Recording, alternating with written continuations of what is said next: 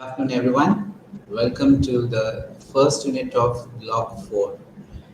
We have already gone through various aspects of retail management in the other blocks. This particular block, which consists of 4 units, will be focusing on the retail store operational point of view and how it improves the profitability.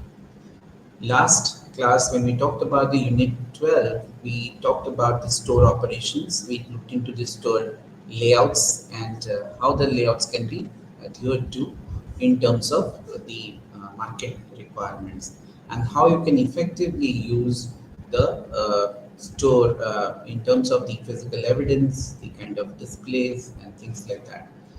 Something called a physical evidence with respect to retail store operations.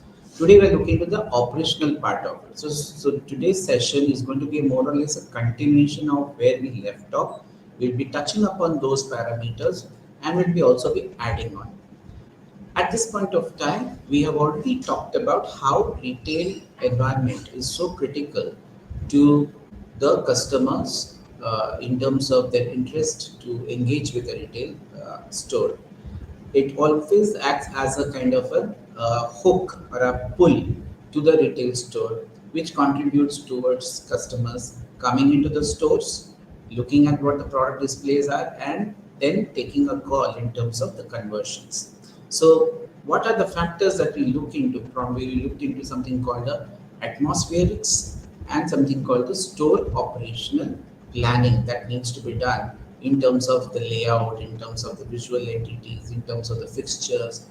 Because all these, when you're talking in terms of the environment parameters, they all go into creating a good vibe with the target customers or the people who are coming to the stores.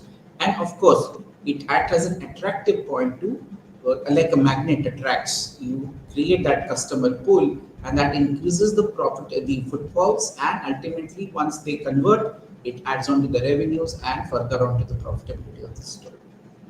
So when you talk in terms of the retail environment implications, the retailer has to look into developing those parameters in terms of atmospheric and store management so that using the scarce resources by utilizing their manpower, by utilizing the the tangible and intangible resources that you have to optimally optimally cater to the requirements of the customer, which results in the profitability by increasing the revenues of that particular outlet.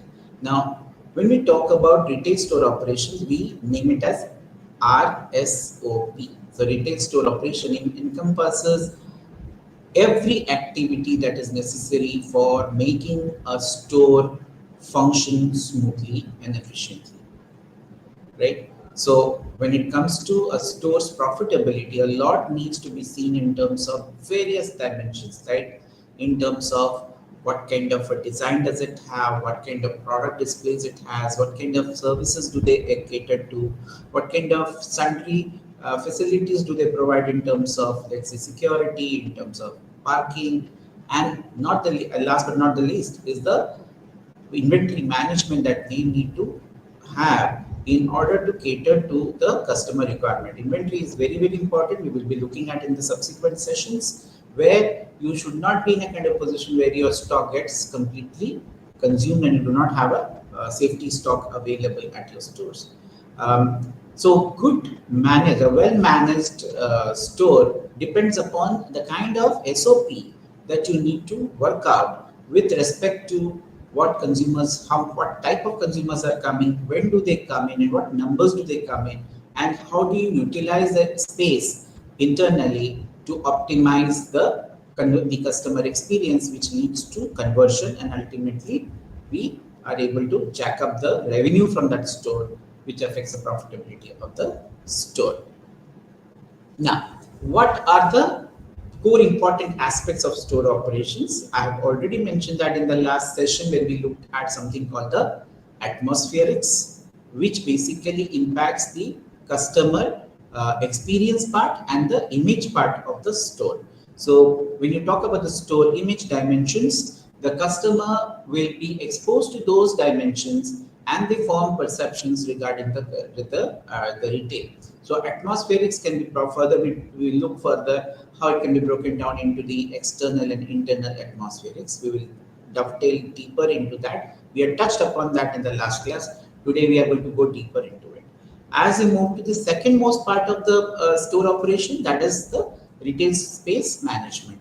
Space, there is a restriction. Now, depending upon the store size and the location, you may have certain constraints. So one has to understand that keeping those constraints in mind, how the retailer is going to manage the inventory levels, the kind of customer traffic that is coming in, how do you ensure the one which we're talking about, that the customer is more engaged, and we ensure the customer feels does not feel aggrieved during the shopping experience. So shopping experience has to be very smooth, has to be a kind of a delight for them, so that you can engage with the customer better, and can the customer will patronize that particular store. A lot depends upon how the merchandise, the people, the store management, everything goes into making the store management a very critical function in terms of the retail SOP.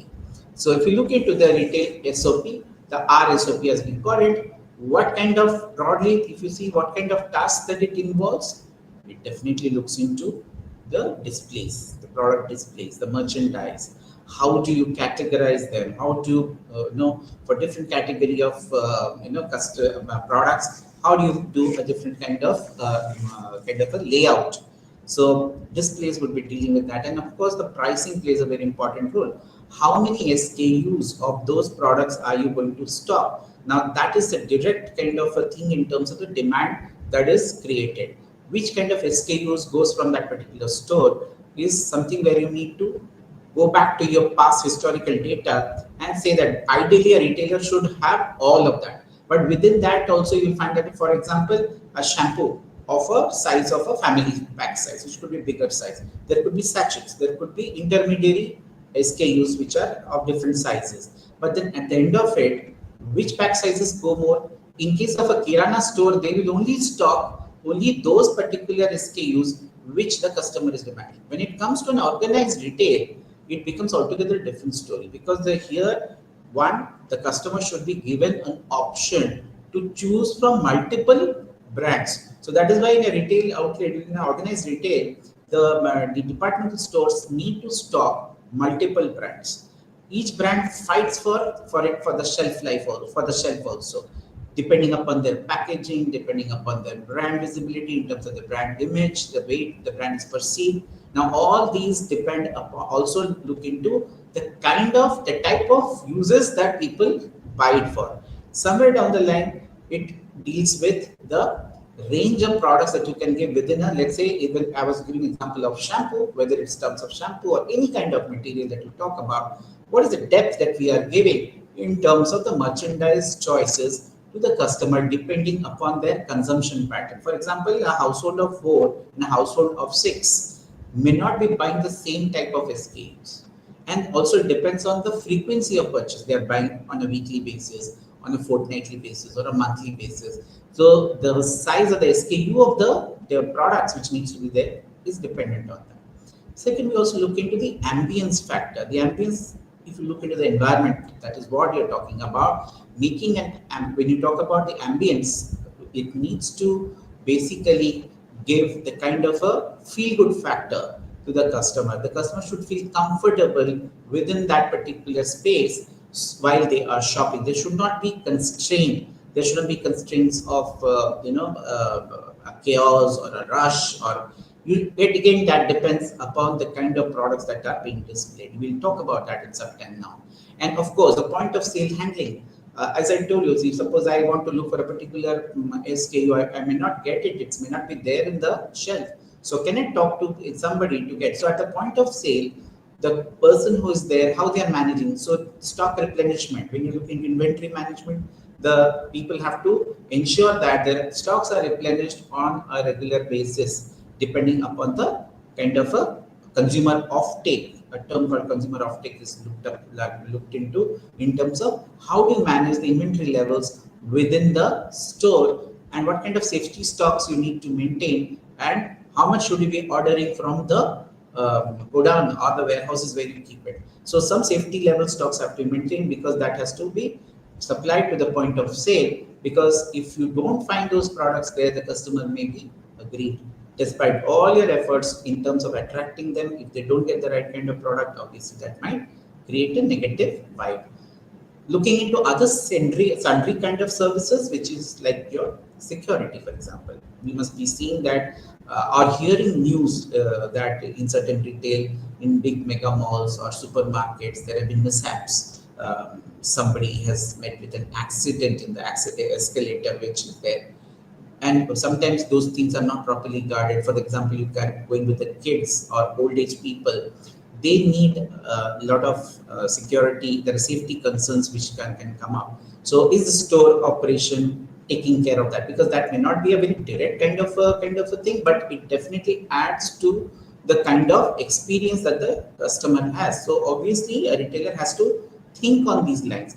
If you remember last time, yesterday we were talking about the atmospheric part. Even we are getting physically disabled people.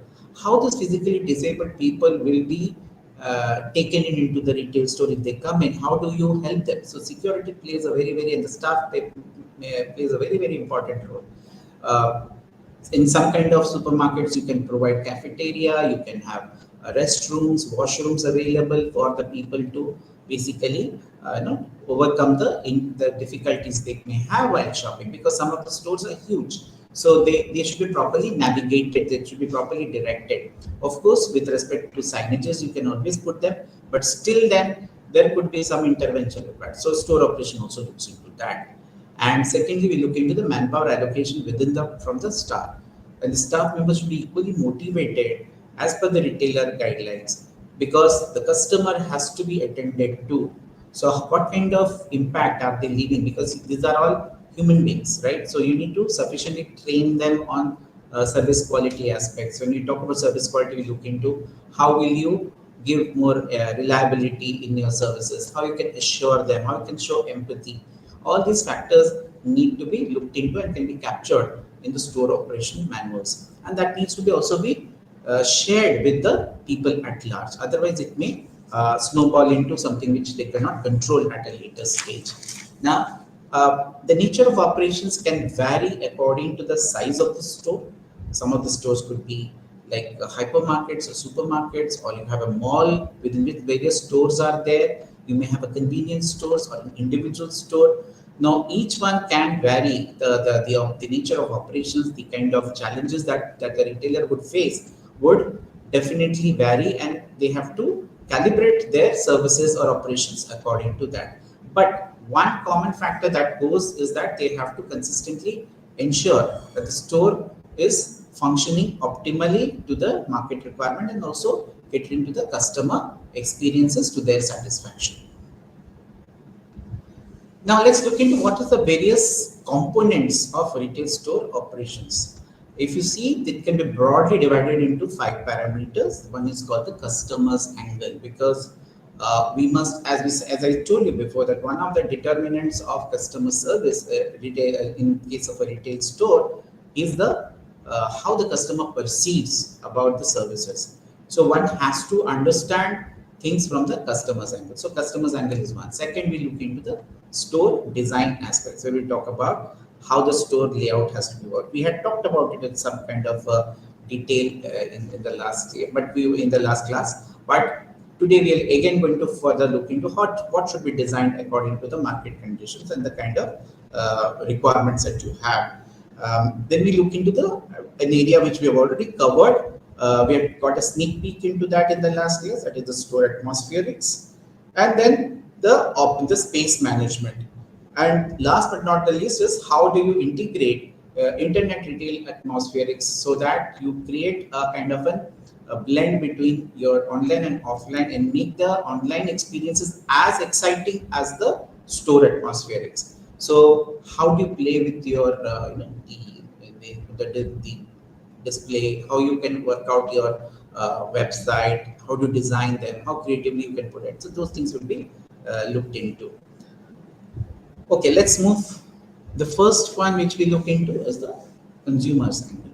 Consumers are the basic. I think the ultimate goal of any retailer is to ensure that the customer should be enticed or should be interested or you should be motivated enough to come to your store and look at your merchandise.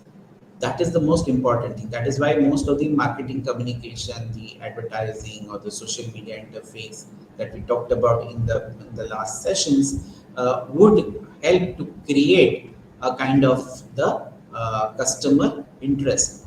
The ADA process, if you remember, should be very, very contingent in terms of how do you create a right kind of motivation among your consumers so that they will come to your store and visit your stores and look into your merchandise and engage with the thing and have a good experience. But having said that, we must look into the consumer's perspective also. What kind of stimulus should be given in the environment when they come in? Okay, I'm raising certain, when I'm talking about in the mass media through my advertisements or the PR campaigns, or you're talking about a digital campaign, we are giving a lot of promises that, okay, if you come here, we'll do this, we'll do that, or we have these avenues, we have these facilities. Now, that raises certain expectations in the minds of the customer. Now, when they visit the store, are they getting the same kind of feel?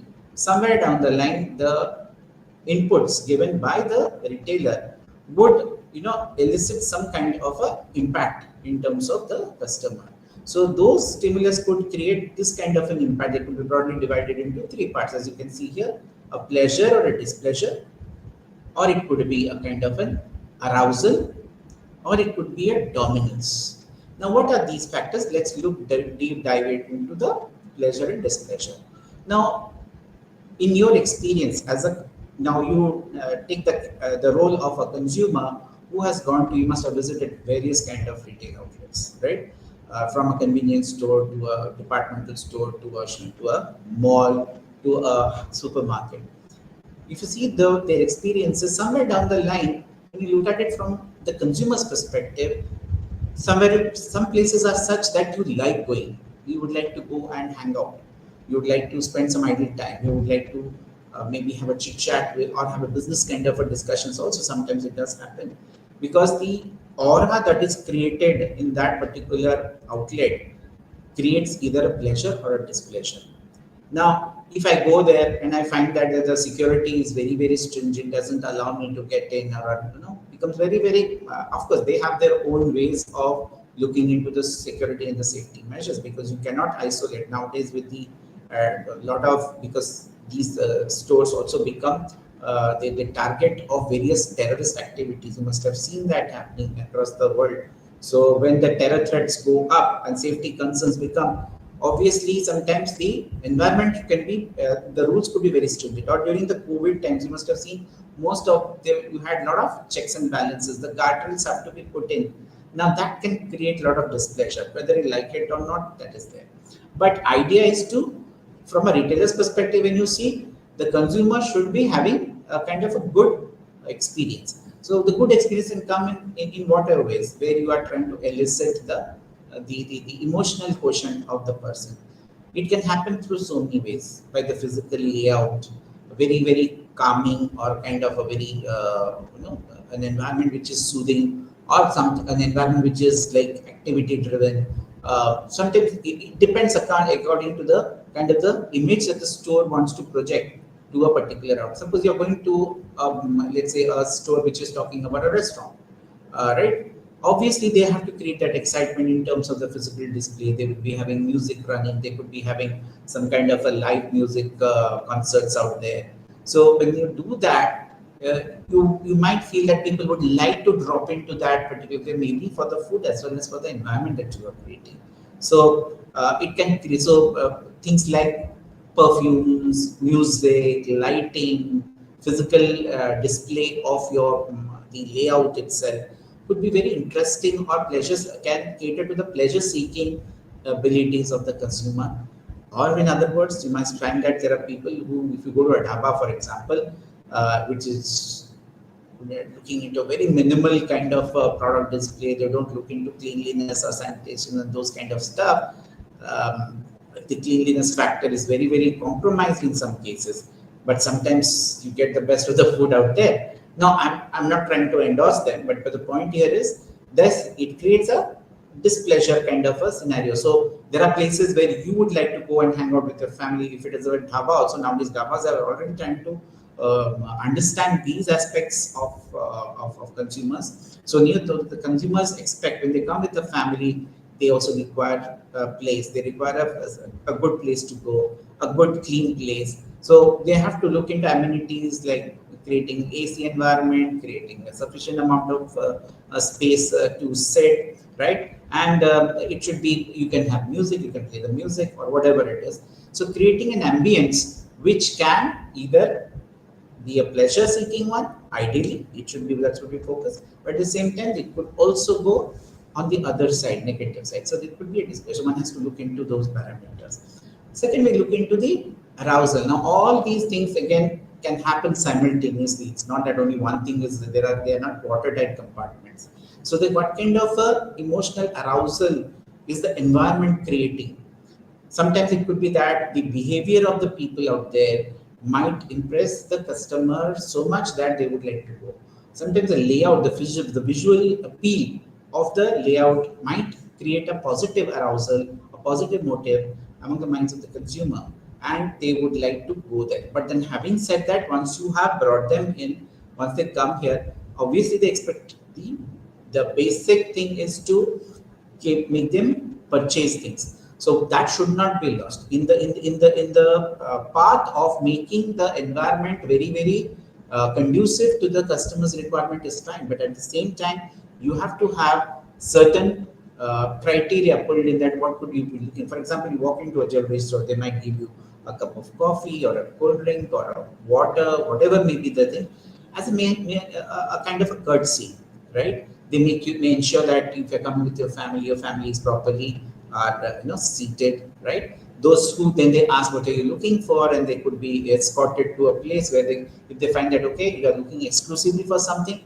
there are people who could be physically taken to a place where they could physically be involved in selecting what kind of a thing. Today, when you talk in terms of like the IKEA stores, many things in IKEA stores may not be liked by the customers, may not create that because it has got very minimal kind of fixtures, and they try to engage the customer in the process of buying. So over there, they expect this. Now understand, the Indian consumer does not align to those kind of things. I'll give a very simple example. Our experience as Indian consumers is when you go to a hotel, it's a very in a restaurant. What do you expect? You walk in, you take your seat, and you'll be given a kind of a menu. You place the menu, order your food, have the food, pay for it, and then you walk out.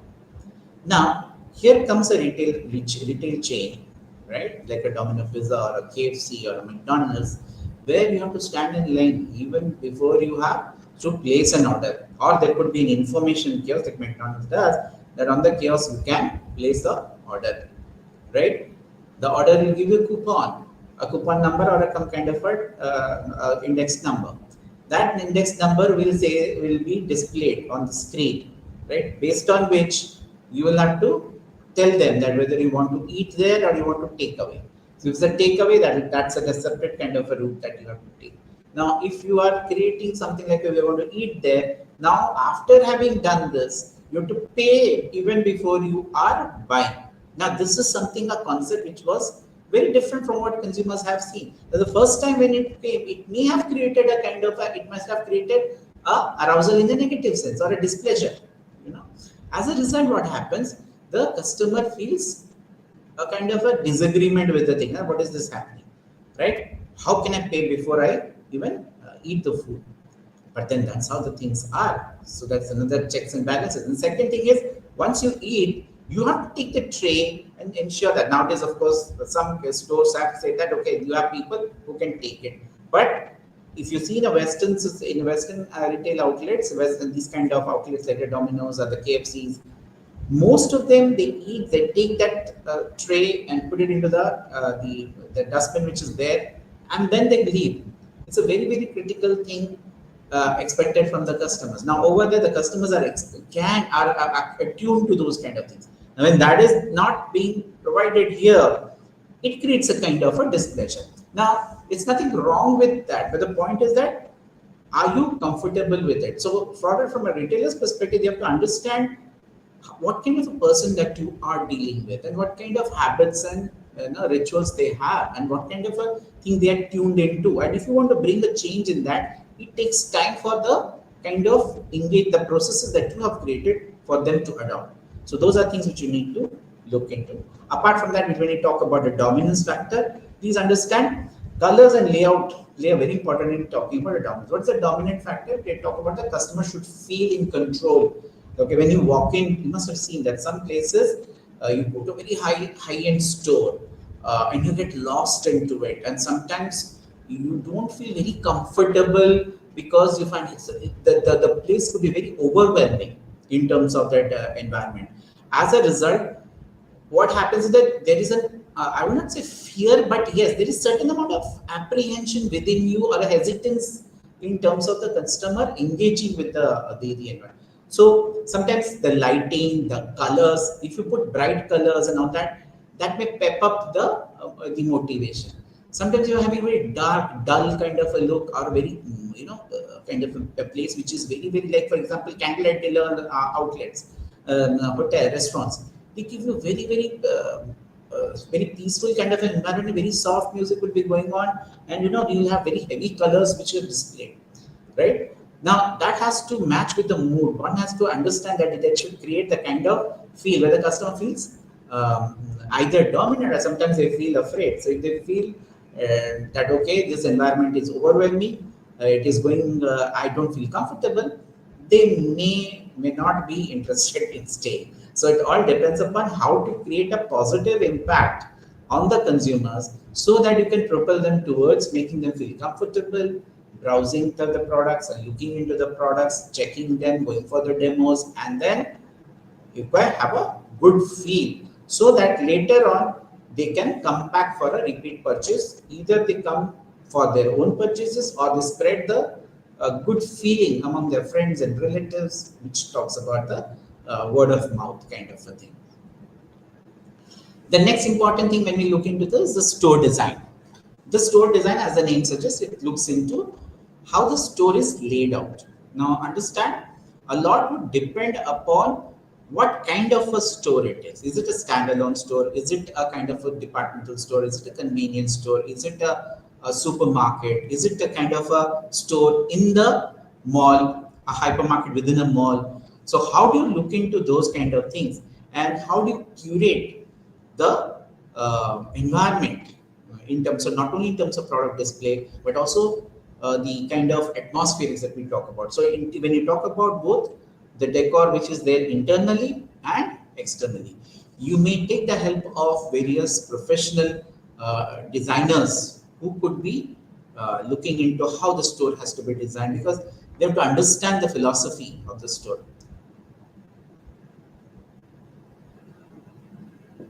and understand all this is done basically so that the store design acts as a kind of a attractive hook for the customer to create the what we have been talking about, the kind of pull of the store, so that people come, they feel feel happy about it. Then of course you raise expectations when you talk about it.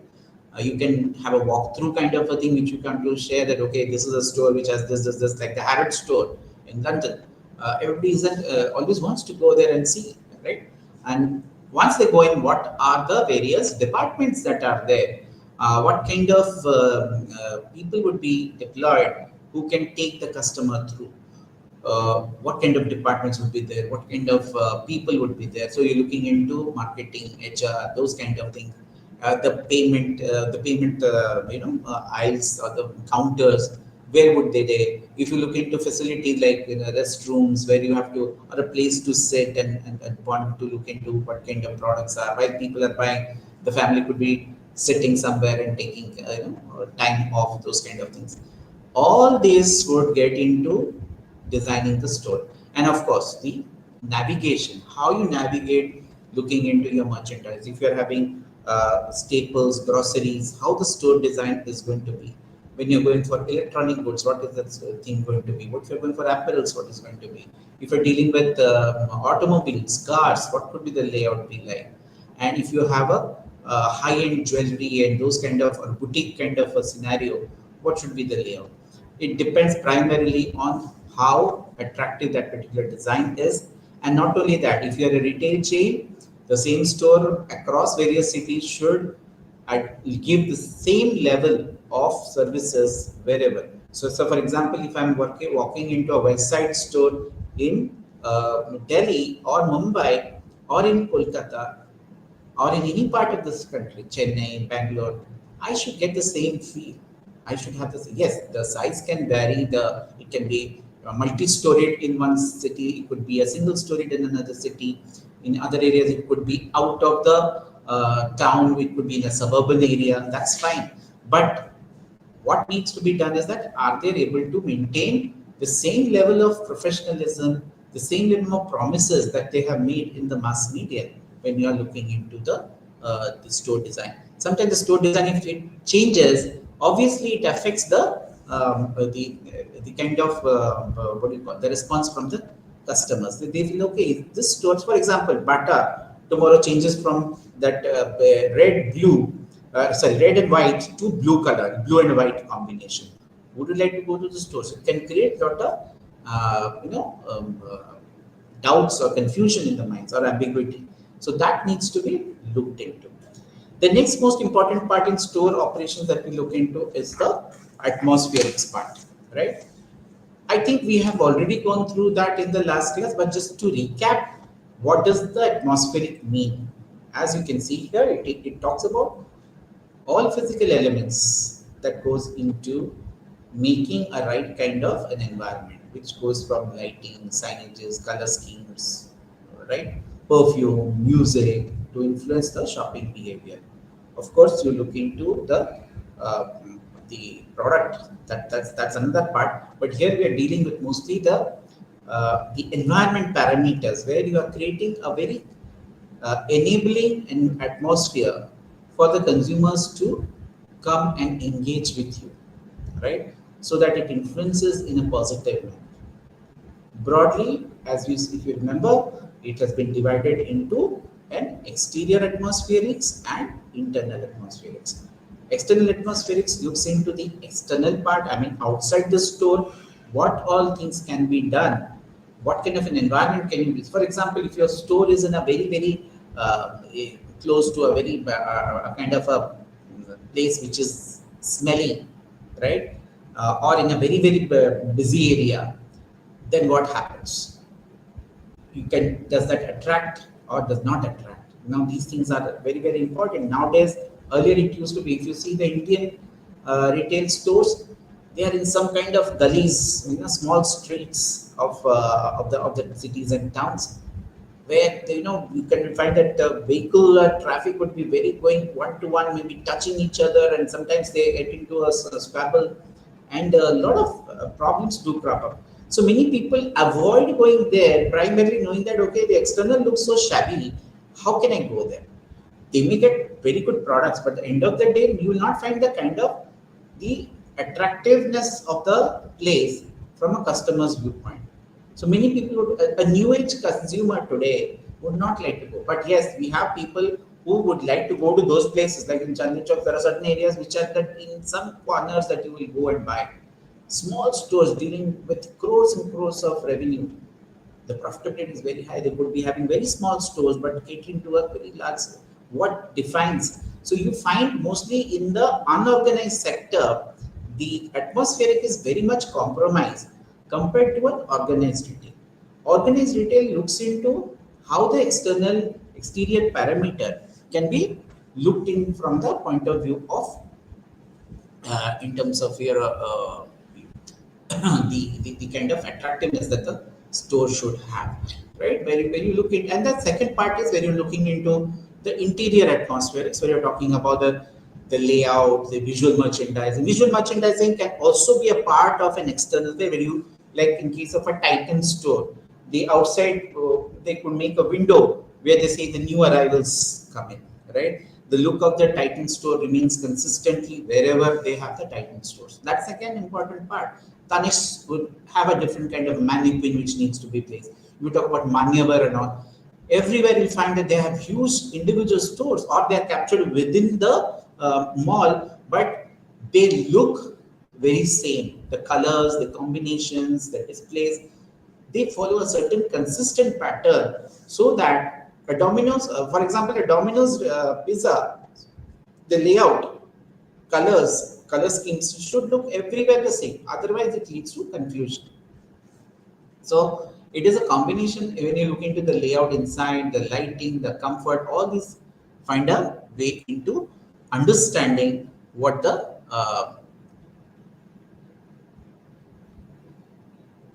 how the products are basically looking in terms of atmospherics. Now we have already talked about what does an atmospheric do. Atmospheric basically why we should be talking about atmospherics, because yes, it attracts customers. Sometimes it acts to the store as a brand in terms of when you talk about brands, yes, brands which are available, but we also store also has a brand.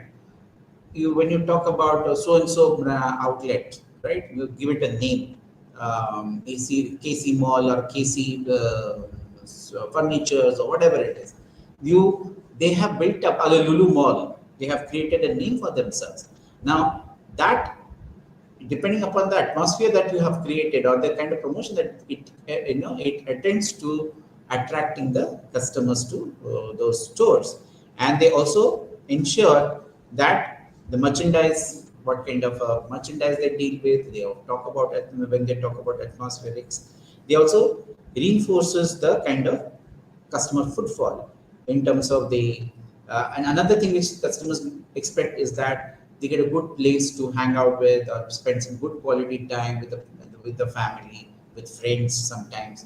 So they want a kind of a place which is very enabling. So atmospherics does play an important role in creating that kind of a vibe or that kind of a atmosphere where the customers should feel to go there and obviously engage with those relays. So a lot of things goes into designing the atmospherics. So in case of external atmospherics, let's look into a little bit more. What can be the signages? When you enter, last class when we talked about the signages, the entrance, the look, what kind of, where is the parking facility, right? All those would go into would be contributing towards the external part of the store atmospherics, right? In some cases, you will find that in case of certain stores, the entrance could be very minimal in terms of design. But in some cases, it could be very ornate. It could be very well designed, or maybe creating some kind of a different feel altogether. Window displays, which I was just talking with respect to Titan stores, yes, it does happen. Sometimes it make you feel like if a jewelry one, you might feel like you're walking into a palace. So that kind of a facade has to be created to create more kind of what you call the kind of excitement and enticement with the customers, or an urge or a motive for our customers to go and see what it is all about. If it's a kids store, they would play with colors, they would play with bright colors, they will have a kind of a window display which will talk in terms of what kind of products they are dealing with. Very exciting things. If you're talking, you must have seen Bata's display.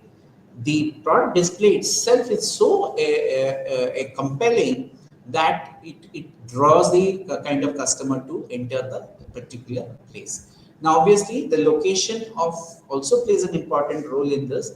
That if you are located, just now when I talked about atmospheric, what is the vicinity? What is the neighborhood like? Is it a very clean neighborhood? It's a very shabby neighborhood. Suppose you put it into a very busy center. Does that attract?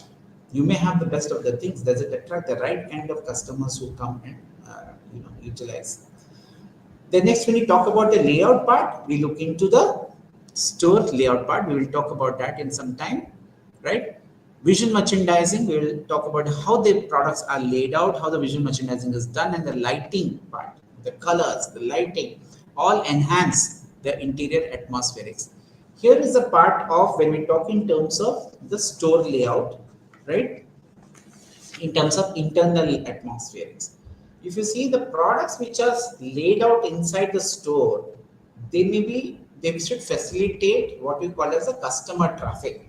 What do you mean by customer traffic? The people who are coming in while they are shopping, do they feel comfortable or they feel very cramped? Obviously, nobody wants to get into a store which is very cramped. You must have seen that a family of a husband, wife, and a kid, a small kid. The husband would be hanging around outside the store. The wife would go and go through that shopping, and they may go through a very hassle kind of a thing. They would may not be able to give more time to search for the product, and they come out, buy something, and they would just walk out because the store is quite crowded. And so how do you handle that traffic inside the store would depend upon the layout that you are creating. So there could be various kind of layout, as you can see here. Each one has its own advantages, and also it is also pertinent to understand, depending upon the product display, what kind of products that you are being displayed, then you can work out these maps. Now everywhere you will find that there is a scope for people to navigate through that store in a manner so that you can not only get maximum amount of exposure to the product that is displayed, but it is also creating conveniences in terms of the flow of the customer within that particular store. Now, if a store is multi-layered, it could be they could have multiple layers. For example, the basement, the ground floor could be having a grid layout. The other one could be having something called the racetrack or a loop layout, or in some cases it could be free flow. So that depends on the kind of products that you have. For example, groceries might have something called a free flow kind of a thing. Whereas in case of apparels, they could have a grid kind of a layout. In case of another staples, they may also follow a racetrack or a loop type of a thing. Electrical may have a free flow or a mixed kind of a layout. Or it could be like as you move it into different stories, different floors will have different kind of a layout looking into the customer. And you will find that the elevator also, a notice is a signage is given that which floor has what kind of product display, so that you know you can navigate yourself within the store accordingly. The traffic does not get congested at one place and they get diverted. In case of an apparel store, you will find that apparel store is divided into 4 floors, one for the kids, one for the women, one for the men. So accordingly, it helps you to go to those stores with a reason to search for that. It helps to streamline the customer flow according to the need parameters, right? If you look into the store space management, we had also talked about it. How do you handle the customer flow? Just now we were talking about it with the inventory. The inventory talks in terms of how would you stock those inventory. We talk about the store space management in terms of the profitability part of it. Now, the idea when you talk about any store, you have a limited space. Now, you have a lot of products. Now, the idea for a store manager is to see that how much more product can I pack in or can sell. I create a layout, I kind of create an inventory level, I create a store layout. Everything is managed, is commensurate with the kind of experience the customer would like to have and how you can sell more from that given space. So there is an optimal utilization of resources in terms of space, in terms of merchandise. So you create planograms. Like as I just now told you, for grocery, the layout has to follow certain guidelines, which can help you to stock more, display more, give more visibility, as well as the return on investment from that particular area that the product or the service is occupying is giving you more returns. So this is a very cardinal principle, because when you're talking in terms of retail space being utilized for profitability point of view, what is the amount of sales that you can generate from a square feet area or a square meter area?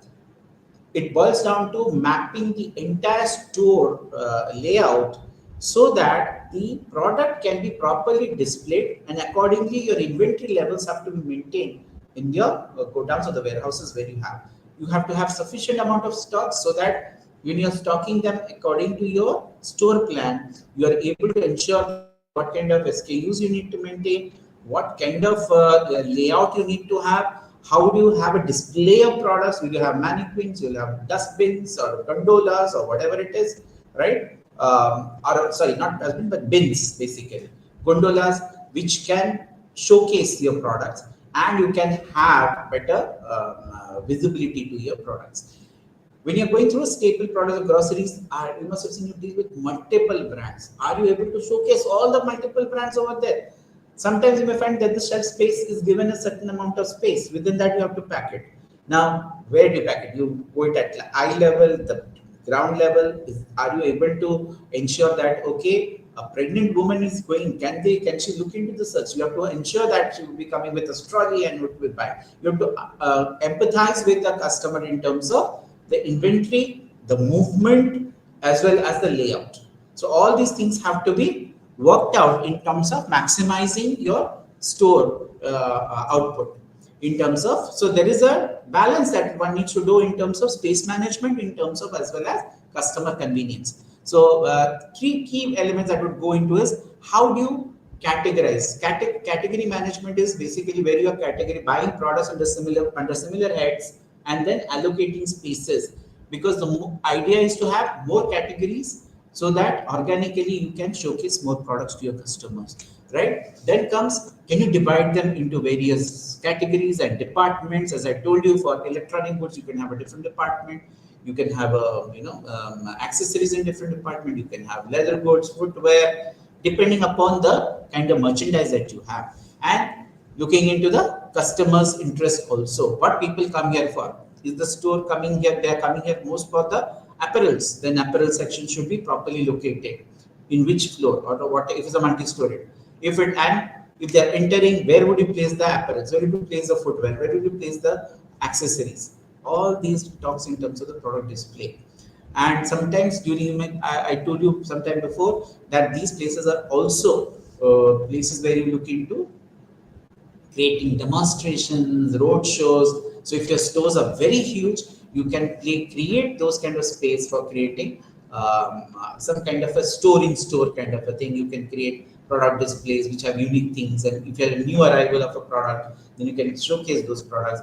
And for that particular period of time, you may give a different kind of a arrangement in terms of designs and so on and so forth, so that it attracts more. Secondly, we look into seasonal and profitability allocations. So here we talk in terms of which product is giving more profits. Where would you place them?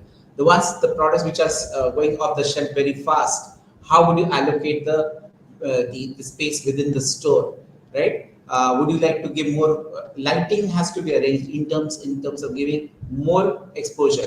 Seasonal products, if you're dealing with seasonal products, like if you're talking about woolen garments and all that, when the season comes, those need to be displayed at strategic locations where you have more visibility.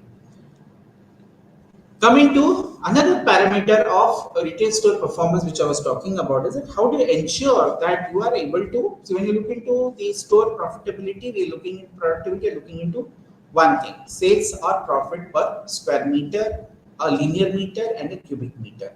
I'll show you a kind of a layout which will say how the retailers allocate these products or showcase the product in terms of the store space, so that they get more return out of it, and so they invest in that kind of a layout, and they ensure those kind of product types are put up and a particular kind of layout is followed. Just to take you through, we have already talked about, if in the last class, that there are different ways in which the sales and profits per square meter can be done. If you see here, in case of A, these products are aligned to the wall in one particular segment, and it may have that one particular product categories there. If you see here, mostly vegetables and fruits, they are displayed here, right? So it requires a minimal space, but it can be tucked in the one corner. So you're maximizing the return from this in terms of the square meters. Now, if you come to a linear kind of a thing, look at this. It's again linear in the sense you could have certain rows where you could display multiple kind of product categories. Like you can see here, some of them are box type, some of them are bottle type, some of them are the family pack size. Like you must have seen in the grocery items, the vegetable oils and shampoos and all those kind of things. You can have a multiple kind of a product which can be displayed here. Then comes the question of Cubic, these are like refrigerated stuff, food products which need which can go or can go can putrefy or can get so they need some kind of a proper refrigerated environment.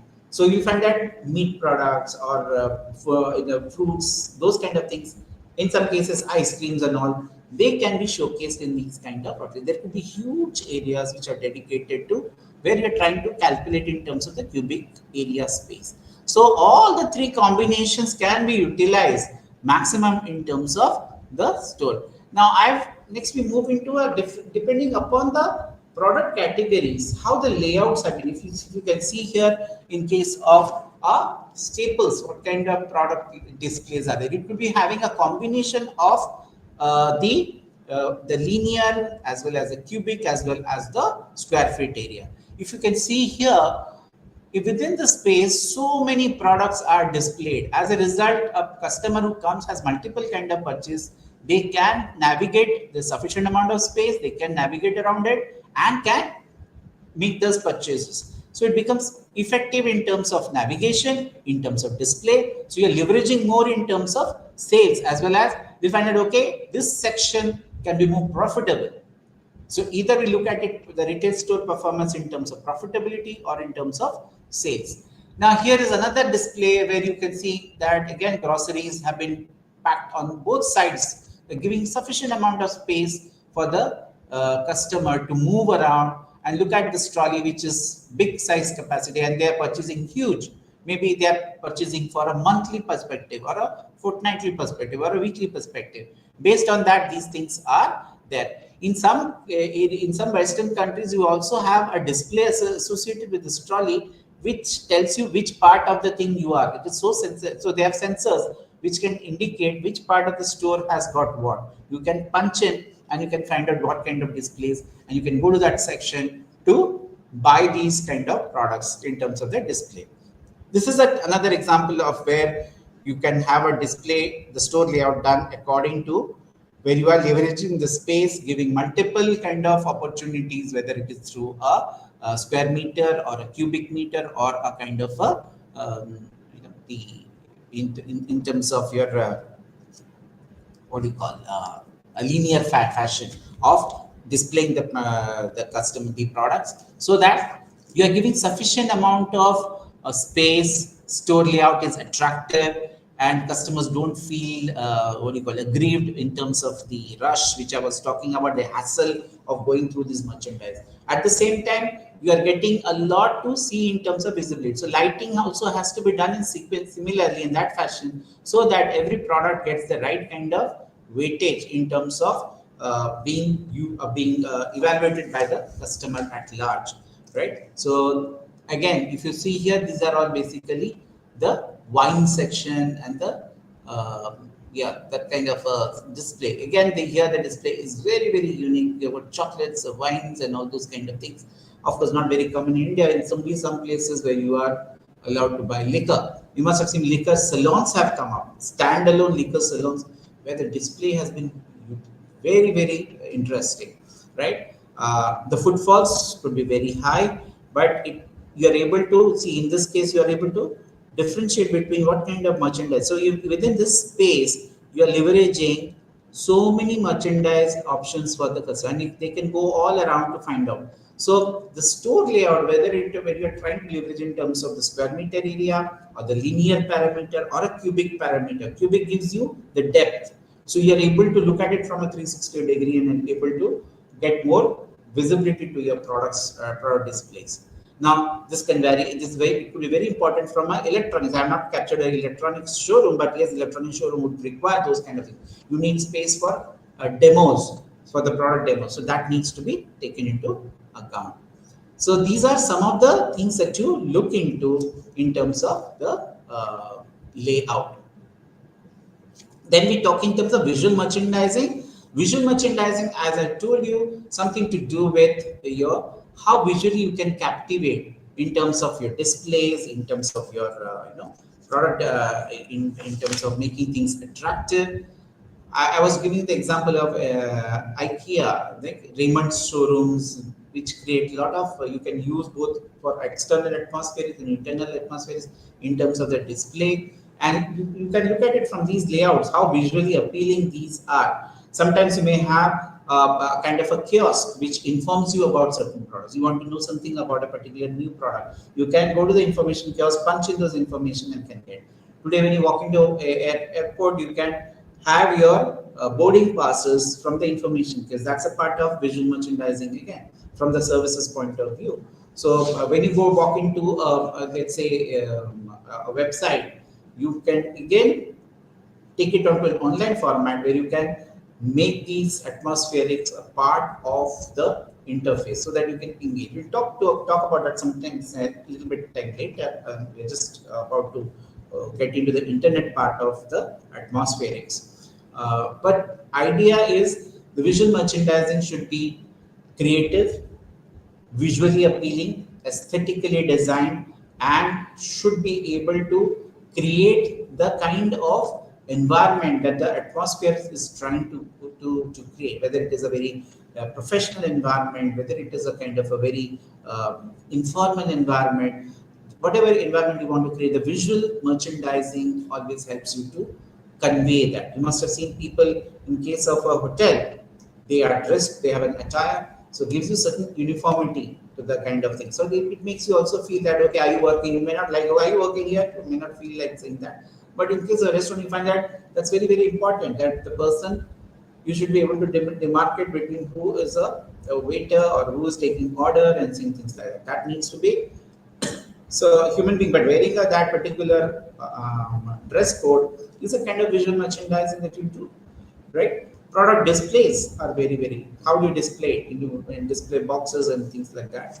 And in case of apparels, we have seen how effectively the displays can be, visual merchandising can be utilized to entice people. You must, if you have gone to a Titan showroom, how the products are displayed, what kind of, in case of islands or in case of shells, in case of the kind of mannequins, all those can be used to enhance the visual appeal of the store.